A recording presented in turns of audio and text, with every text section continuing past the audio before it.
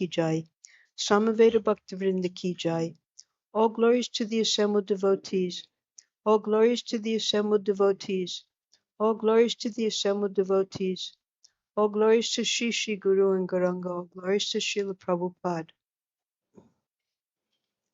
Today we're reading from the Srila Prabhupada Lilamrita, Volume 4. Srila Prabhupada has just received a record from England. And on that record was the Govinda prayers that Prabhupada had taught the devotees in Montreal, Chintamani Prakara. So when Prabhupada heard that, he gave the order at that time that this should be played every day when the deity darshan is displayed. To this day, it's still going on. So Prabhupada was hearing this record, and we're continuing from that point. Suddenly, Prabhupada became stunned with ecstasy. His body shivered, and tears streamed from his eyes. The devotees, feeling a glimmer of their spiritual master's emotion, began to chant Hare Krishna as if chanting japa. The moment seemed to pass slowly. Finally, Prabhupada spoke.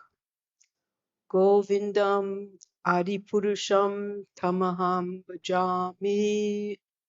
He was again silent. Then he asked, "Is everyone all right?" The response was huge, a huge roar, Jai Prabhupada, and he began the Srimad Bhagavatam class. So this is how this tradition started on this very day, that when the deities are opened, the Chintamani prayers are played, the Govinda prayers are played, and then the Srimad Bhagavatam follows after that. Vaishnaver Kriya Mudra Vigyana Bujhaya. No one can understand the mind of a Vaishnava. Only a pure devotee can understand another pure devotee perfectly. But by observing the main activities of Prabhupada's life, we can see that whatever he did was pure service to Lord Krishna and was a perfect example of how to surrender to Krishna. He taught by precept and by example. So very rarely would Srila Prabhupada manifest symptoms of ecstasy publicly, privately, publicly, at any time, because people would not understand. They might imitate, and they couldn't understand what Prabhupada was feeling inside. They might see the tears, they might see the shivering, but they don't know why Prabhupada is manifesting those symptoms. It was out of ecstatic love for Krishna.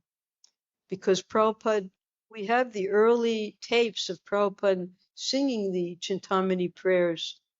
And then when Prabhupada sent these 6 devotees to London, they stopped in Montreal, and Prabhupada taught at that time Jamuna these prayers.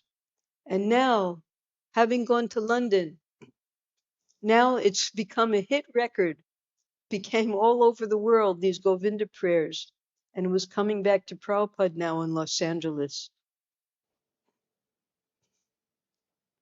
Often encouraging, even praising his disciples, he always pushed them into more and more participation in the blissful Sankirtan movement of Lord Chaitanya. But he also exposed the faults of his disciples, and these faults were sometimes great and painful to see, both for him and for his disciples. So Srila Prabhupada, he had a schedule every day. He would rise at about 1 o'clock. He would be all alone at night when it was quiet, when all of his children were sleeping. And that's when he would do his translation work. And then after Mangalartik, he would go on a morning walk. And on the morning walk, some of his principal disciples would attend. And he would give instruction to them at that time as they were walking. They would ask questions. Sometimes he would be quiet, just chanting Hare Krishna. but mostly there would be lively discussions going on during the morning walks. And then Prabhupada would return to the temple. There would be Guru Puja, just as we have here, that same schedule wherever Prabhupada was all over the world. And in the morning time, after the breakfast that Prabhupada would have, which would be very simple, he would call his managers, discuss points with them, correct them, not praise them too much, because a spiritual master becomes the enemy of the disciple if he praises the disciple. Mostly he was correcting them and guiding them. He was training them because he knew that his days were numbered. He was only with us for 11 years, 1966 to 1977. And now especially that he had set up his world center, he was very interested to make a governing body committee. And this is what Prabhupada was training these young men at, that who would take over the management of such a, if we're going to have a world society, then who would do all the management? Prabhupada couldn't do it all because his main objective was to translate the books. So he needed managers and he had to train them. One day, as Prabhupada came into his quarters at the Los Angeles temple, he saw that one of the devotees cleaning his room had placed his picture upside down. A simple mistake, but it indicated something wrong in the disciples' mentality. Every morning, the devotees sing prayers to the spiritual master, honoring him as the direct representative of God. How could any sincere disciple not notice that he is standing God's representative upside down? So, the devotees, of course, before they became devotees, they weren't accustomed to waking up at 4 o'clock in the morning, going to Mangalarti, having, as we just heard in the Hindi class, from 4 until 9, he called it the washing machine. From 4 to 9, we're engaged in so many spiritual activities, and then we come out clean at 9 o'clock in the morning. But these devotees, they weren't accustomed to regulation in their life. Some of them were from hippie backgrounds, some of them were students, like that, artists, musicians. So they would sometimes have sleep deprivation. When you have sleep deprivation, your mind doesn't work properly. So even when you're trying to do nice service, you would make mistakes. Everyone makes mistakes. No one likes to uh, offend the spiritual master. So whoever it was who cleaned that day, inadvertently, they put on Prabhupada's desk a picture upside down. And of course, Prabhupada noticed it. Then a more serious discrepancy. Prabhupada went to the temple, greeted the deities, and went to take Charanamrit, the scented water from the bathing of the deities. It was part of his daily schedule. After his morning walk, he would return to the temple and offer obeisances to the deities while the Govinda record was being played. A devotee would then offer him a few drops of Charanamrita in his right palm, and he would sip it. You can see the picture here, Prabhupada sipping the Charanamrita. He had mentioned this item of devotional service in the Nectar of Devotion. Scented with perfumes and flowers, the water comes gliding down through his lotus feet and is collected and mixed with yogurt. In this way, this Charanamrit not only becomes very tastefully flavored, but also has tremendous spiritual value. The devotees who come to visit and offer respects to the deity take 3 drops of Charanamrita very submissively and feel themselves happy in transcendental bliss. So this is one of the 64 items of devotional service to honor Charanamrita in the temple. Here we have Prabhupada at the temple. Behind him is Karandar. Karandar was the one who built Prabhupada's quarters there. He had some carpentry experience. On this particular morning, however, as Srila Prabhupada took Charanamrita, he frowned. Someone had put salt in it. He walked the length of the temple room, took his seat on the Vyasasan, and before a room full of 100 devotees asked, "Who has put salt in the Charanamrit?" A young girl in a sari stood and with a nervous smile said she had done it. "Why have you done it?" Prabhupada asked gravely. "I don't know," she giggled. It was a foolish mistake.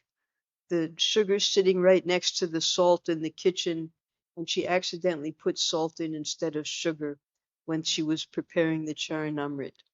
Not purposely. It was an accident. But Prabhupada saw it as very significant. Prabhupada turned to Gargamuni. "Get someone responsible." Now Gargamuni, who lives here, he's at the Ananda Krishnavan. It's the same Gargamuni. He was the temple president of the Watsika Avenue temple at that time. Everyone present felt Prabhupada's anger. The unpleasant moment marred the pure temple atmosphere. A disciple worships Krishna by pleasing Krishna's representative, the spiritual master. Therefore, to displease the spiritual master was a spiritual disqualification. The spiritual master was not merely a principle, he was a person, Srila Prabhupada. So we read in the Nectar Devotion, one should take Charanamrita and one should honor it. But the foolish mistake of one disciple, actually Prabhupada, he manifested displeasure. And now two things had happened. The picture was upside down and the Charanamrita had salt in it by accident. Prabhupada was detecting there's some fault in the mentality amongst the devotees arising. When ISKCON Press in Boston misprinted Prabhupada's name on a new book, he became deeply disturbed. The small paperback chapter from the second canto of Srimad Bhagavatam bore his name on the cover as simply A.C. Bhaktivedanta. Omitted was the customary His Divine Grace as well as Swami Prabhupada. Srila Prabhupada's name stood almost divested of spiritual significance. Now, we know that Srila Prabhupada completed the first canto of Srimad Bhagavatam while he was living in Vrindavan, and he got the first 3 volumes successfully printed. But since he came to America, he wasn't able to print his books, although he had tried. He was going to different publishers. Finally, Macmillan agreed to print an abridged version, practically 1/3 the size of what it should have been, of the Bhagavad-Gita. So when Srila Prabhupada, when Srila, when Srila, still not happening.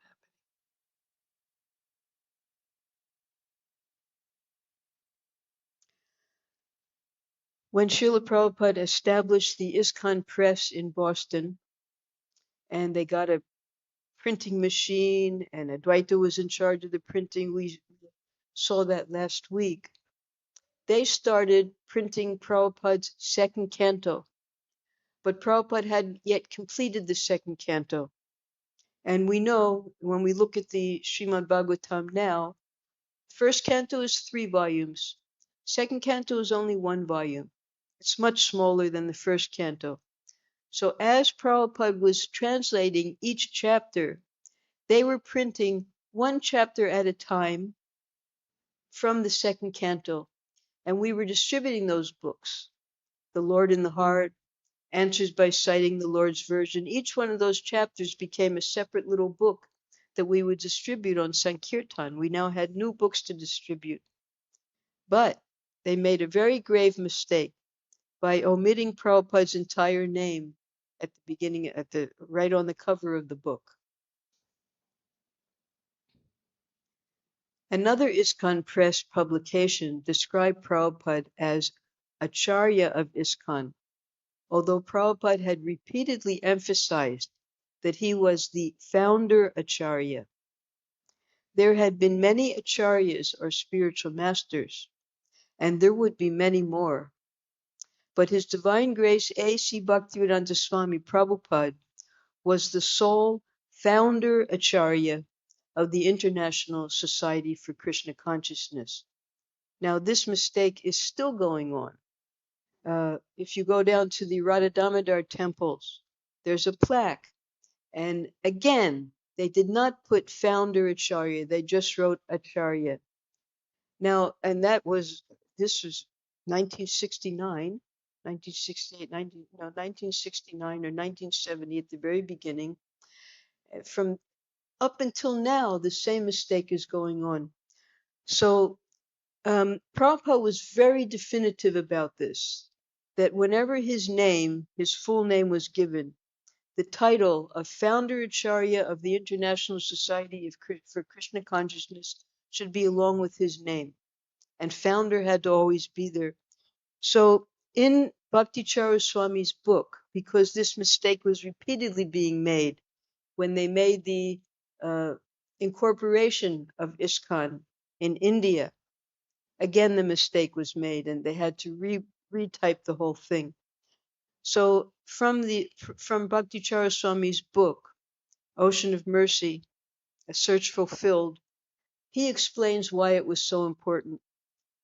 I could not understand why Srila Prabhupada was so particular about this designation. He was always so detached and never wanted to take any credit for his achievements, considerable as they were. But now he was expressing such concern, and this is not this particular incident. This was an incident that happened many years later in India. It was still going on. I did not dwell on the question. I was in no position to judge him. Whatever he did was perfect, but I still wondered. In time, I came to understand that Prabhupada's emphasis on his position as founder Acharya was not for any personal aggrandizement, but for the integrity and well-being of ISKCON as an institution. He had told us himself that although he had spread Sri Chaitanya Mahaprabhu's Sankirtan movement throughout the world within the short span of 10 years, he would not be able to spread it to every town and village, as had been Lord Chaitanya's prediction during his lifetime. It would take generations, and that was why there was a need to establish a spiritual institution to spread the mission even after his disappearance. ISKCON's success, he said, would depend upon two things: collaborative management, the governing body commission, and spiritual leadership of its founder, Acharya. So Bhaktichara Swami, according to this, it was written in 1976 when he was the servant of Srila Prabhupada.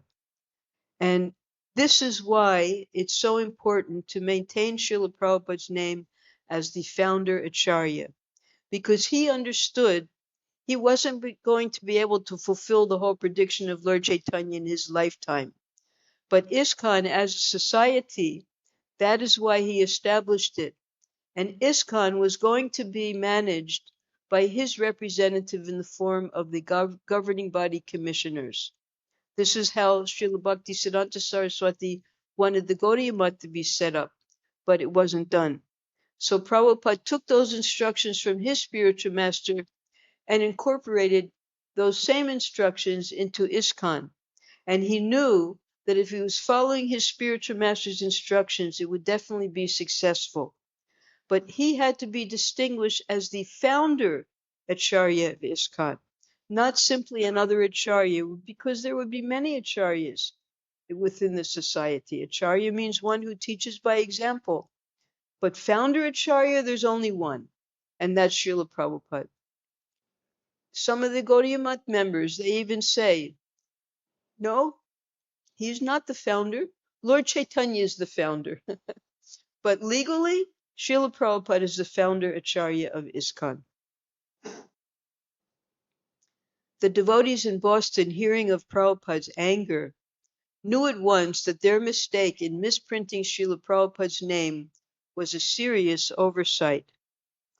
Minimizing the spiritual master's position was a grave offense, and they had even published the offense. The serious implications were difficult for the devotees to face, and they knew they would have to rectify their mentality before they could make spiritual progress.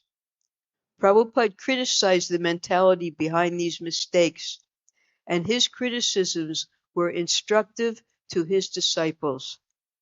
Unless he instructed them about the absolute position of the spiritual master, how would they learn? So we had another example when the Bombay temple was being constructed. Of course, they have a big construction going up with 2 big towers, nothing like that anywhere else in Bombay. So the media was very interested. They came, and Prabhupada wasn't present there. So they interviewed the architect, who was Surabi Swami. And Surabi Swami was describing what they planned to do. Everything was there properly in the article. He just forgot one thing. He forgot to mention Srila Prabhupada as the founder Acharya of ISKCON.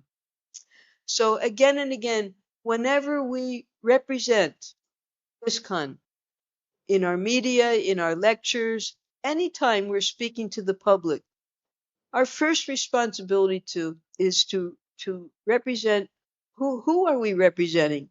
We are representing Srila Prabhupada. He is the one who founded this society, and now how many generations? We're in the 4th generation already. There's Srila Prabhupada, his immediate disciples, the disciples of his disciples, and now we're on the 4th generation already.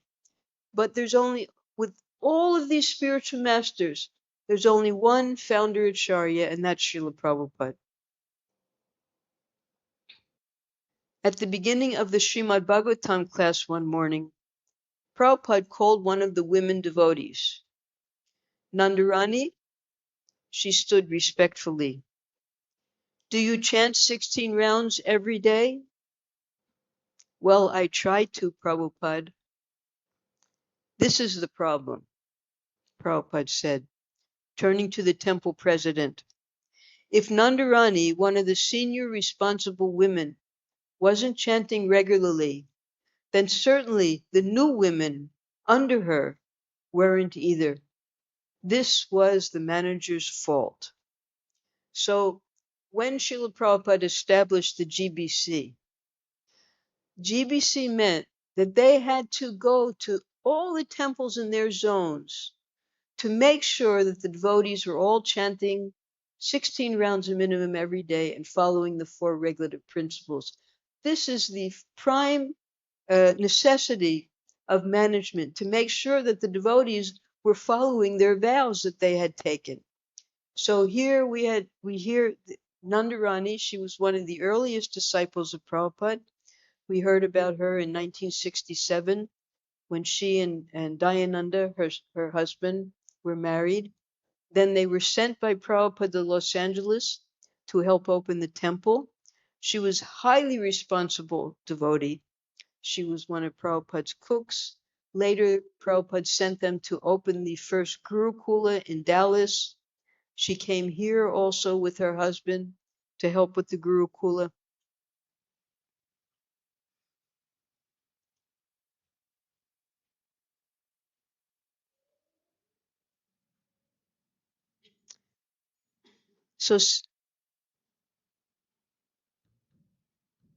So since 1967, she had been serving Srila Prabhupada with her husband. She had 3 children, so many responsibilities, but she wasn't chanting her 16 rounds, and that was what Prabhupada was concerned with. Prabhupada had praised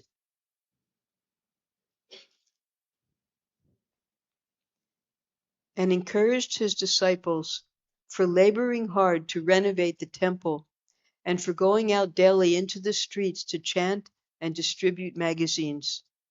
but for a devotee to not chant the prescribed rounds was to neglect the most important instruction. What Nandarani hadn't said was that the temple authorities had told her that chanting all her 16 rounds wasn't necessary as long as she worked. They had told her this even though Prabhupada clearly instructed his disciples at initiation to always chant at least 16 rounds daily. So that means the management was actually at fault. They weren't doing their duty to manage properly by seeing that the devotees were all chanting their 16 rounds every day. Then another incident. During the morning class, Prabhupada was discussing Sarvabhauma Bhattacharya, an associate of Lord Chaitanya. Looking among the devotees, he asked, "Who can tell me who is Sarvabhauma Bhattacharya?" No one spoke. Prabhupada waited. "None of you can tell me who is Sarvabhauma Bhattacharya?" he asked. One girl raised her hand. She had read something about him, that was all. Now by this time, Srila Prabhupada had given lengthy discourses from his translations of the Chaitanya Charitamrita, and they were compiled in the book Teachings of Lord Chaitanya. And in those teachings of Lord Chaitanya, Sarvabhauma Bhattacharya is very much present there because of the teachings that Lord Chaitanya gave to him for 7 days on the Atma Brahm sloka. It meant the devotees weren't reading his books. Not only were they not necessarily chanting their rounds, all the books that Prabhupada was endeavoring to print, they weren't reading his books. Out of 100 devotees, not a single one could answer who was Sarvabhauma Bhattacharya. Aren't you ashamed? Prabhupada looked at the men. You should be the leaders. If the men cannot advance, then the women cannot advance. You must be brahmanas. Then your wives will be brahmanas. But if you are not brahmanas, then what can they do? Without improving their chanting and without reading Krishna conscious literature, Prabhupada said, they would never attain the purity necessary for preaching Lord Chaitanya's message. So Prabhupada, the numbers were coming, the devotees were joining, they were putting on saris and dhotis, they were living in the temple, taking prasadam, attending the programs, but the fault was they weren't chanting their 16 rounds and they weren't reading Srila Prabhupada's books attentively. And Prabhupada explained that now he was allowing the marriages between the men and women because in the Western countries, men and women, they mingle, so better to get them married. But if the men weren't following, then how the women were going to be able to follow? While the local anomalies were weighing heavily on Srila Prabhupada, he learned of strange things his disciples in India had written in their letters, and he became more disturbed. One letter to devotees in America reported that Prabhupada's godbrothers in India objected to his title Prabhupada. According to them, only Bhaktisiddhanta Saraswati should be called Prabhupada, and they referred to Prabhupada as Swami Maharaj. Prabhupada also learned that some of his disciples were saying he was not the only spiritual master. They were interested in reading Bhaktisiddhanta Saraswati's books, as if to discover some new teaching Prabhupada had not yet revealed. Okay, now how did this happen? This is very, very important and very disturbing. When Srila Prabhupada in 1967 returned to India for Ayurvedic treatment here in Vrindavan, he traveled with Kirtanananda Swami. And soon afterwards, 2 other disciples came, Achyutananda and Rishikeshananda. I think that was his name. Now, Prabhupada, he went back to America after his treatment was complete, and he sent Kirtanananda to London.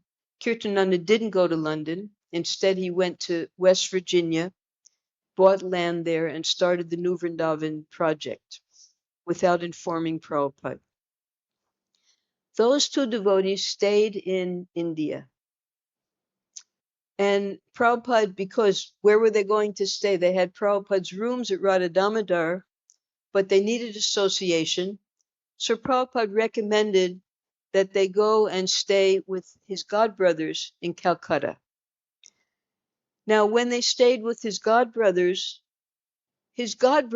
were not able to fulfill the orders of Srila Bhaktisiddhanta Saraswati of spreading Krishna consciousness in the Western countries. Srila Bhaktisiddhanta Saraswati had sent several devotees to London and to Germany, but they came back unsuccessful. On the other hand, Srila Prabhupada successfully he now had 26 temples in America, in Australia, in Tokyo, in Europe. He was fulfilling the order given to him by his spiritual master. And previously, the devotees used to call Prabhupada Swamiji. And then they asked Prabhupada, is there any other name we can call you that's more respectful? And he suggested, yes, you can say Prabhupada. So then they started to call Swamiji Prabhupada. Now, Prabhupada is a title for an acharya. We also call Srila Rupa Goswami Prabhupada, Srila Bhaktisiddhanta Saraswati, Srila Prabhupada. The great acharyas, they're sometimes called Prabhupada. They're called Prabhupada, Acharyapad, so many different names for one spiritual master can be taken, Acharya Dev. Now, the godbrothers, who these two disciples were staying with, they objected, first of all, to Prabhupada being called Prabhupada.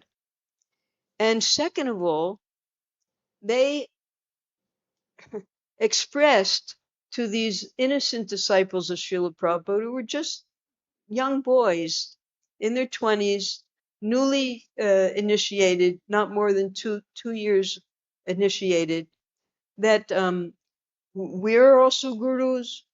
Your Guru Maharaj, he was given the name Swami as his sannyas name. He is known as Swami Maharaj. And we are reading the books of our Guru Maharaj, Bhaktisiddhanta Saraswati. So they came in touch with the books of Srila Bhaktisiddhanta Saraswati at that time. Now, Prabhupada had already introduced one of Srila Bhaktisiddhanta Saraswati's books to his disciples, and that was the Brahma Samhita, the translation into English. But he hadn't introduced other books because he was writing books according to what his disciples needed, according to time and place and circumstance. Now, letters were coming from these devotees, specifically from Achyutananda. This was told to me by Gargamuni.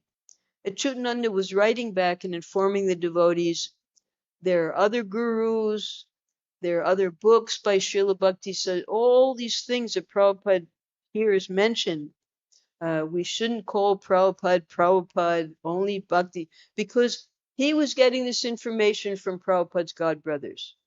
And from these letters, all this misinformation was being generated in Prabhupada's temples now.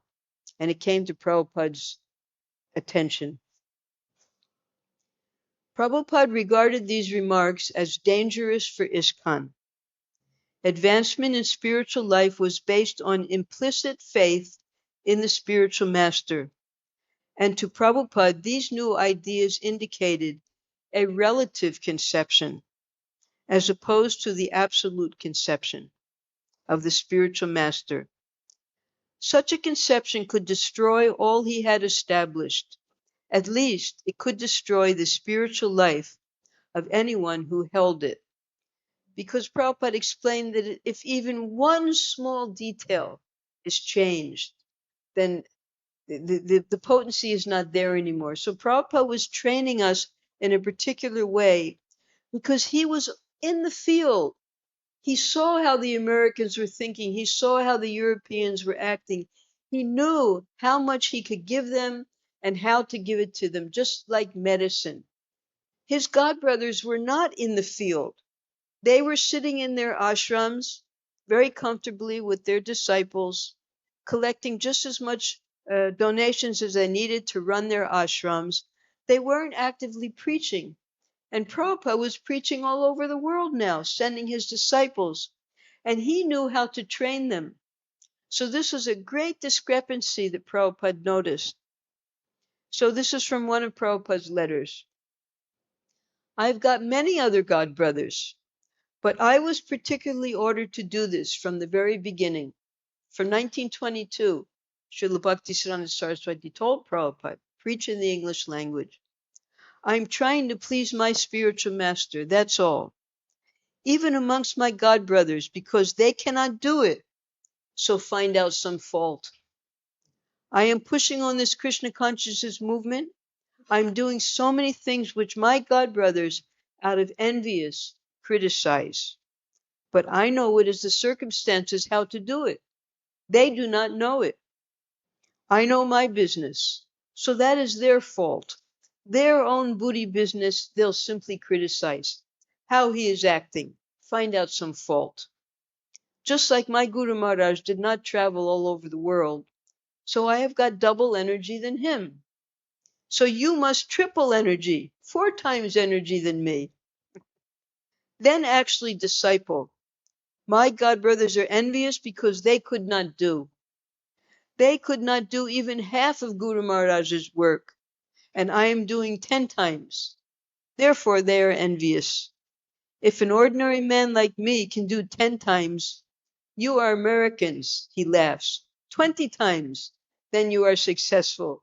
So this is how Prabhupada was pushing on his disciples. I did this much, now you do 20 times more. And they did. How many ISKCON temples do we have now around the world? 700, 800, just pick a number, always growing. Though sometimes ignorant, his disciples, he knew, were not malicious. Yet these letters from India carried a spiritual disease transmitted by several of Prabhupada's god brothers to his disciples there. Prabhupada had already been troubled when some of his god brothers had refused to help him secure land in Mayapur, the birthplace of Lord Chaitanya. Although he had asked them to help his inexperienced disciples purchase land, they had not complied. In fact, some of them had worked against him. So when Prabhupada went to India, after going to Vrindavan, he also went to Calcutta for the express purpose of sending his disciples to Mayapur and getting land so that he could make the Mayapur project. But his own god brothers worked against him out of enviousness.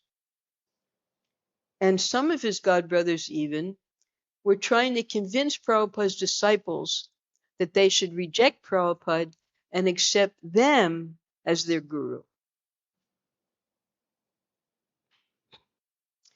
Prabhupada had written to one of his god brothers, I am so sorry to learn that there is a sort of conspiracy by some of our god brothers as not to give me a place in Mayapur. They tried so hard to not let Prabhupada into Mayapur, and now you go to Mayapur? My dear Sripad Damodar Maharaj, this is one of Prabhupada's god brothers in Mayapur. Please accept my humble obeisances. I am in due receipt of your letter dated 8th April 1970, which was addressed to my New York office.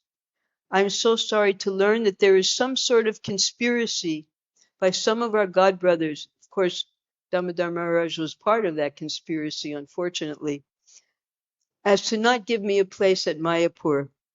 I do not wish to argue on this point, but according to your advice, I have already sent a telegram to Achyutananda Brahmachari and an urgent letter also requesting him to purchase the land of Jabed Ali, because the land previously, we know when you go to Mayapur, there are many, there's a large Muslim community there, because at the time of Lord Chaitanya, the Muslims had taken control of the area, and the poor Hindus were forced to accept Mohammedanism. Just they got sprinkled with a little water and they weren't accepted anymore by the Hindus. So Prabhupada says that that was the mistake of the Hindus, right? And this is how the whole Bangladesh and West Bengal, all of these things happened, because there was a Hindu tax and the poor people couldn't pay it, so they were forced to become Hindus. I mean, to become Muslims. And they had the land. So the land was in the name of these Muslim poor people. Almost a fortnight ago, but I have received no reply till now. So I do not know what to do in this connection. The money is there, the sanction is there, the land is there, and still if it does not take place, I shall understand it that this is not the desire of Srila Prabhupada, meaning Bhaktisiddhanta Saraswati. In the meantime, I have also advised my previous son, Sri M.M. Day, that's Mathura Mohan Day, who later turned against Srila Prabhupada. It was he who made the court case against Prabhupada, saying that ISKCON was a family business and all of the ISKCON temples belonged to Prabhupada's sons. But at this point, Prabhupada was trusting his son, Mr. Sri M.M. Day, to see you in this connection, and if possible, to purchase the land in his name for the time being. So if he sees you, then please help him in purchasing the land. I am sorry that you wrote me several letters before in English, but they did not reach me due to postal strike. Now I have made my world headquarters at the above address in our own building, which we have purchased very recently at a cost of 20 lakhs of rupees. So in the future, you can address me at the above destination. This is 13th May, 1970. Prabhupada was sensitive to any threat to ISKCON. His accepting the name Prabhupada, his teaching that the disciple must approach the spiritual master as the direct representative of Krishna without attempting to jump over him to the previous spiritual masters, these things he had carefully explained to his disciples. But now a few irresponsible spoken remarks in India were weakening the faith of some of his disciples. In India, there is already a party who are prepared to criticize my activities in the matter of offering sacred thread to the so-called mlechas according to their calculation. But actually, whatever I am doing here, of course, giving consideration to the local situation, all of them are strictly in the line of our predecessors and direction of Sanatana Goswami.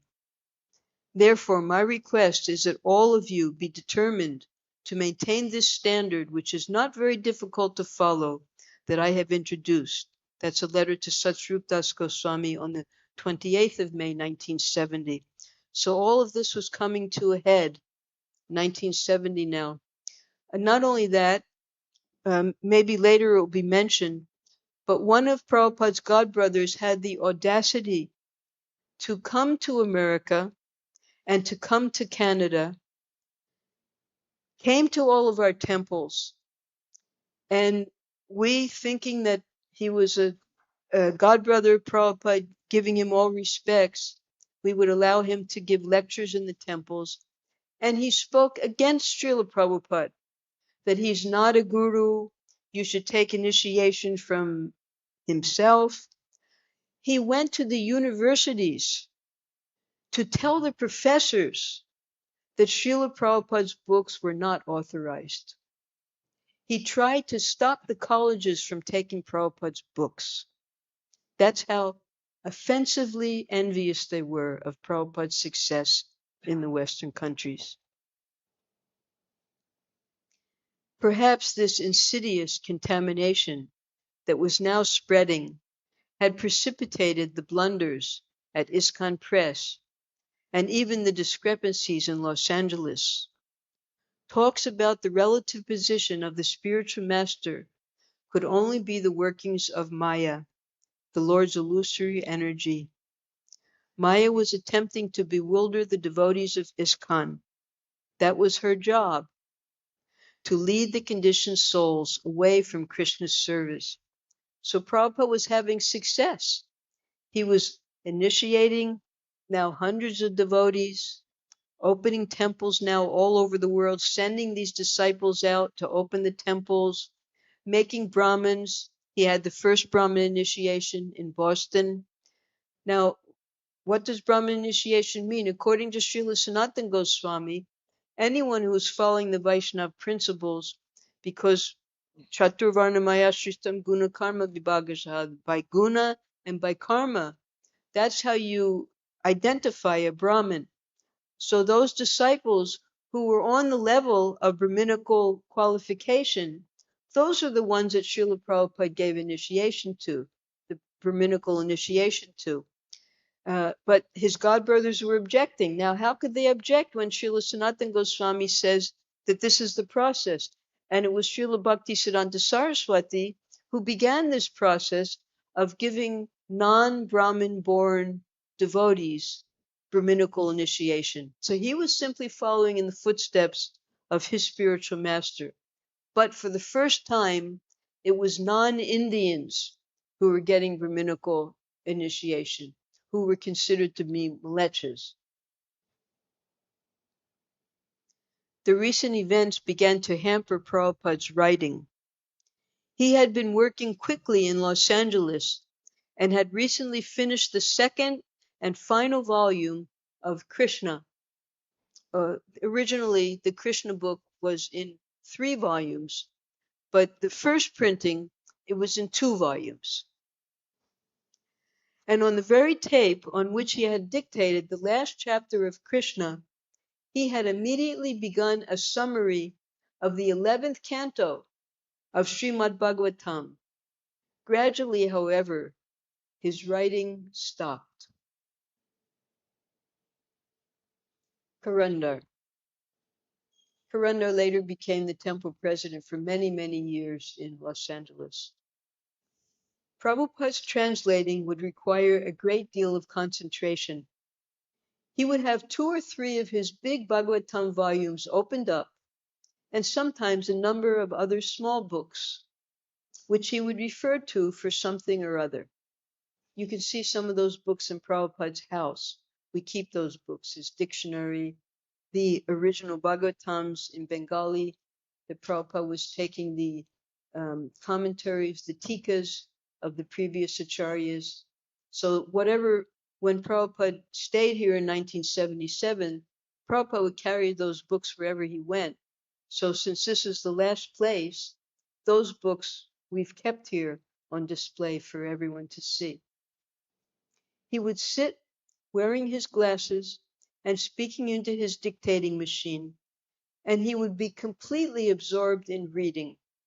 Sometimes he would make a brief note, then look into one of his books, then open another book, turn back to another page, make a note, and then dictate. It required a great deal of concentration.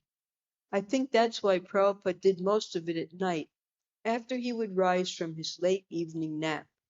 Prabhupada would take a nap from 11 to 1. From 1 or 2 in the morning until 6 or 7 in the morning, he would be absorbed. It was quiet at that time, and he could become absorbed. But when Prabhupada became disturbed about the problems in ISKCON, it inhibited his work. He was spending his time discussing with visiting devotees or myself or whoever was there. Then he would spend more time thinking matters over or pondering the problem, and he wouldn't be able to concentrate on his translating. These difficulties disturbed him, and he would think about them and say, I have not been able to concentrate. I have been thinking about this problem. So all of these things, they seem small, putting salt in the Charanamrita, putting a picture upside down, and then the letters coming from India, the misprinting of his name on the book. Small things, but Prabhupada saw it as an underlying major conspiracy within the society.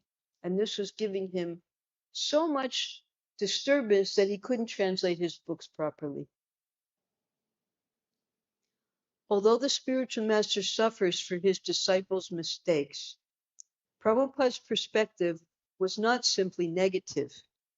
He continued chanting and lecturing in the temple and inviting the leaders of his movement to visit him in the ideal center of Los Angeles. But he also corrected the diseased mentality wherever it appeared. When, for example, Guru Das wrote from London to say that they had allowed an Indian guest to lecture in the temple while sitting on Prabhupada's Vyasasana, Prabhupada immediately wrote back, correcting him.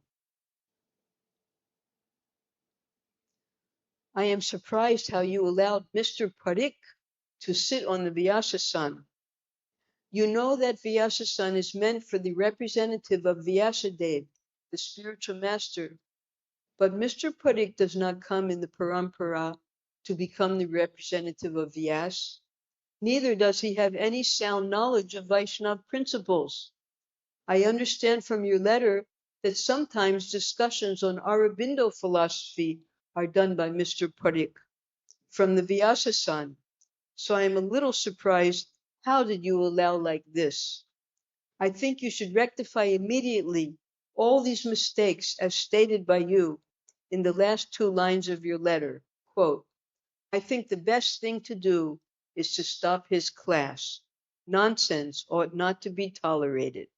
So even Guru Das, after allowing him to sit on the Vyasasana, he realized that Mr. Parikh was speaking nonsense.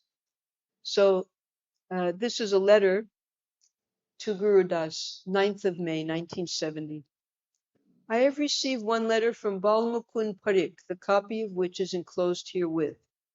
It is understood that he is introducing something new in the name of teaching Devanagari script.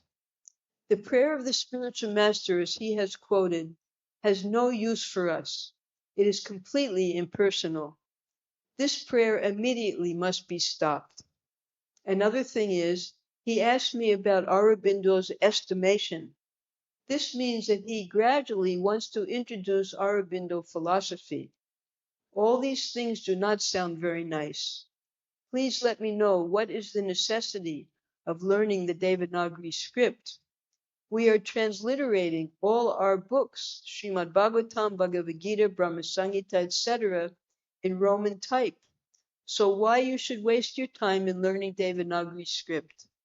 So I am very much anxious to know what is the actual situation, because I can sense that Mr. Parikh wants to introduce something in my absence, which is completely against Krishna consciousness.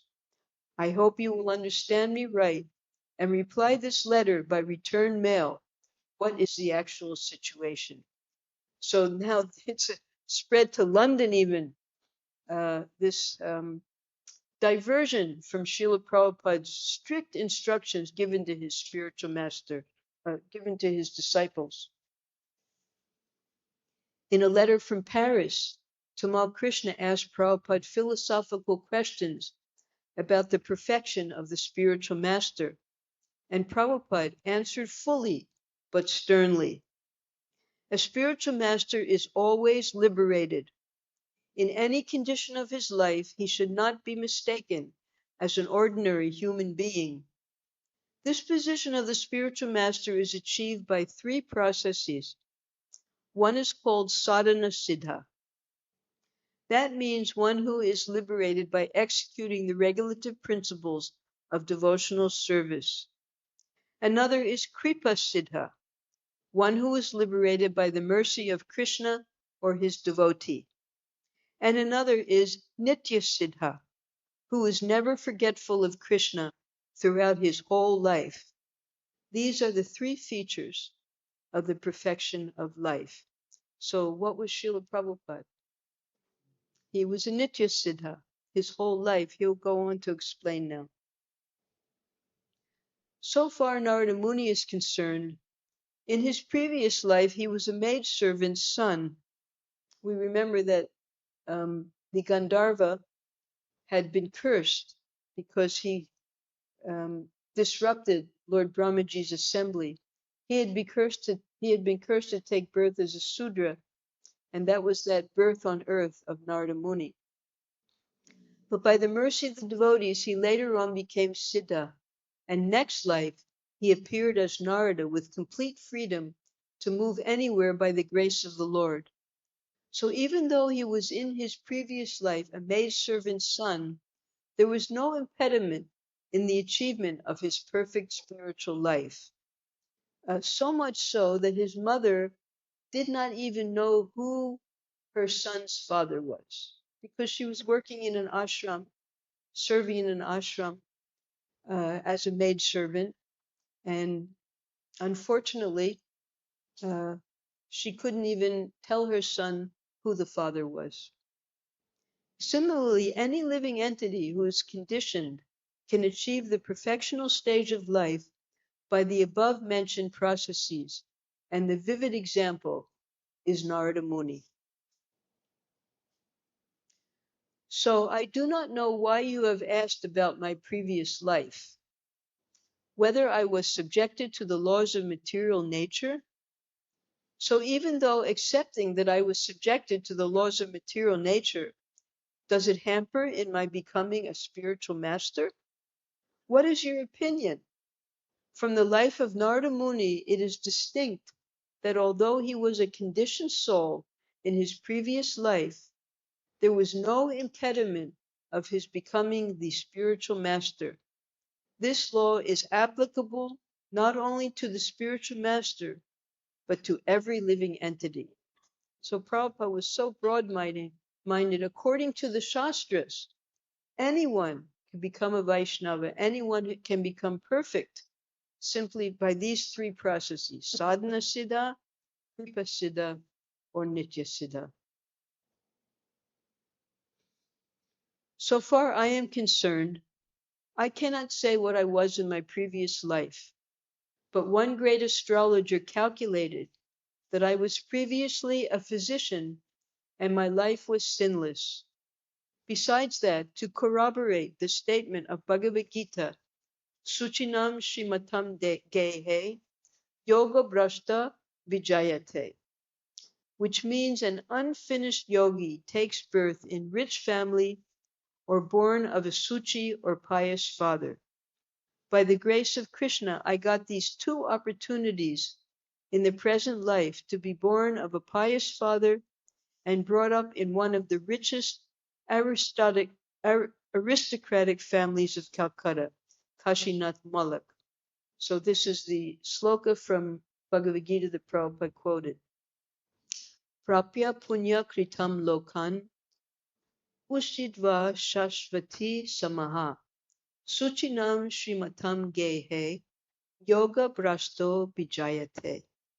The unsuccessful yogi, after many, many years of enjoyment on the planets of the pious living entities, is born into a family of righteous people or into a family of rich aristocracy. Bhagavad Gita 6:41. So this sloka also, when Prabhupada's dear disciple Jayananda was leaving this world, post his leaving, when he had already disappeared, Prabhupada sent him a letter quoting this sloka, saying that because of all your devotional service, possibly you would take birth again, but or you might have gone to the heavenly planets to enjoy for many years because of all of your pious activities.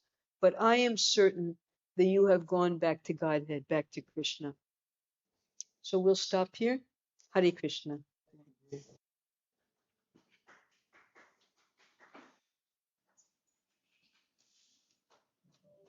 Hare Krishna, Krishna